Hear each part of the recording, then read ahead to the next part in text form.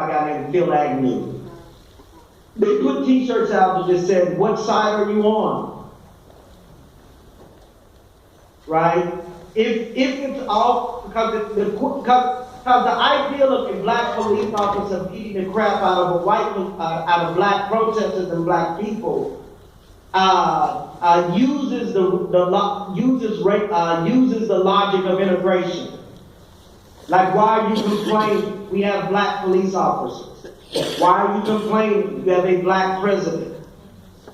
And so part of the struggle that we're dealing with is a fundamental critique of capitalism and a fundamental critique of the ways in which hegemony can absorb the very persons in which it is oppressing, right? So in the context of the U.S.,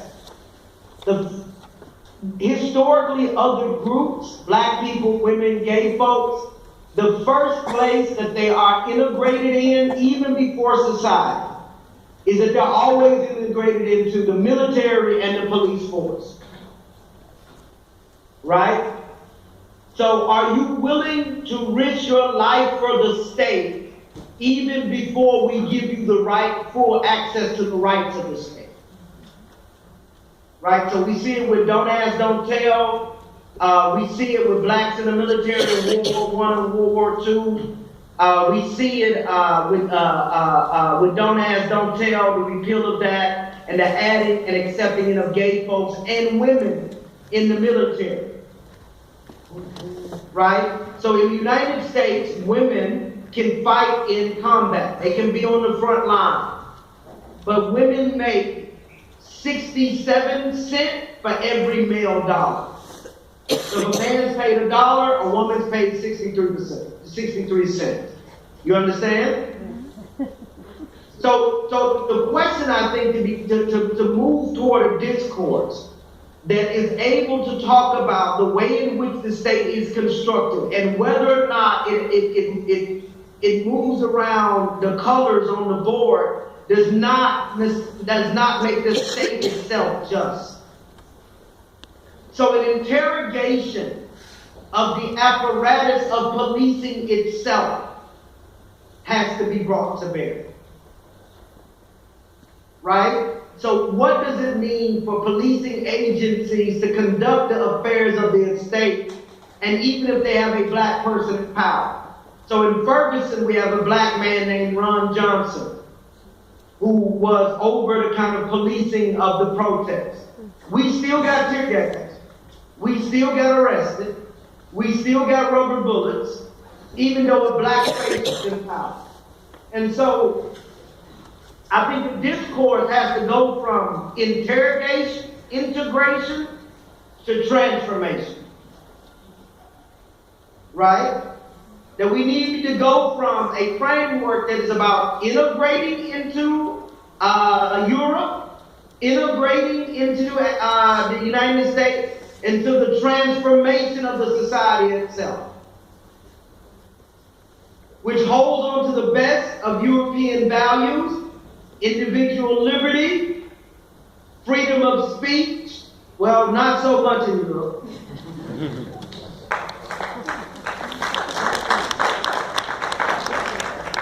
Political values that are articulated while being able to hold space for queer folks, for folks in hijab, for Muslim and Christian practices.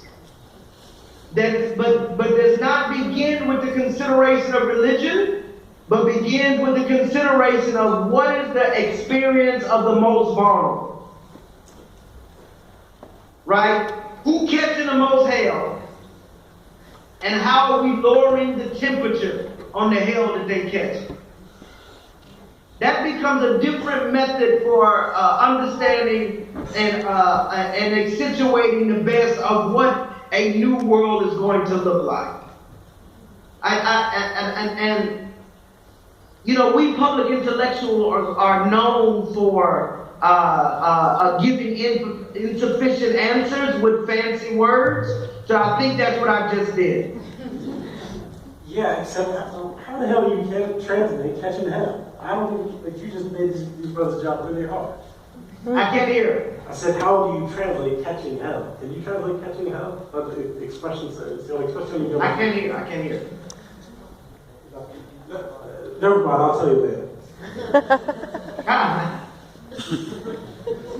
But then, is that better? Is that a better answer? Yeah. Merci.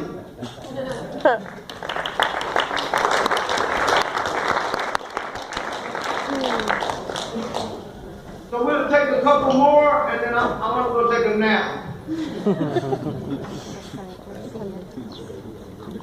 Donc on a vu que les lesbiennes étaient toujours en partie de la lutte pour les Noirs, et la question était de savoir comment nous pouvions lutter contre une instrumentalisation de l'État, comme on a vu avec Hélène Bokov, qui participait à la Gay Pride et qui posait parfois problème pour certaines personnes.